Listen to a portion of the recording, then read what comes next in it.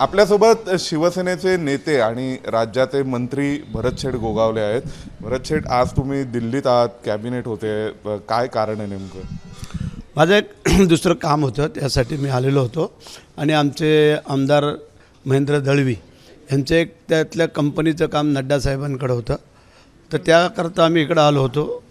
बाकी काय दुसरं काय हे असं नव्हतं, काय वेगळं काय काम माहिती आहे.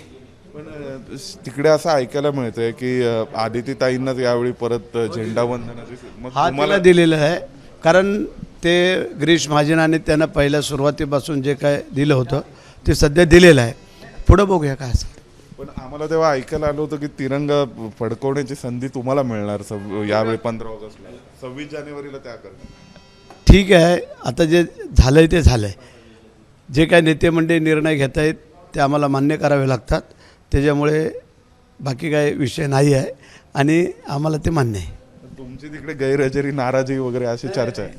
गैरहजेरी बिजेरी तसा काही प्रश्न नाही आहे. एक वेगळ्या कामासाठीच आम्ही इकडं आलो होतो, म्हणून बाकी काही नाही. तसं पत्र आम्ही मुख्यमंत्र्यांनी दिलं आहे की आज आम्ही येऊ शकत नाही आहे. पण पुढचा तिरंगा फडकवणार तुम्ही रायगडावर? बघूया, आपले जे काय नेते मंडळी निर्णय घेतील ते ठरवू आम्ही. पण रायगडची इच्छा काय आहे? रायगडची इच्छा आहे पालकमंत्री भरतशेठ व्हावे, दुसरं काय. पण होईल ते, काळजी नको त्याची. आपल्यासोबत होते भरतशेठ गोगावले, ज्यांनी म्हटलेलं आहे की रायगडाचे पालकमंत्री भरत गोगावले व्हावेत आणि ते लवकरच होईल. व्हिडिओ जर्नलिस्ट श्वेत पांडेसह सोमेश कोलगे, एबीपी माझा, नवी दिल्ली.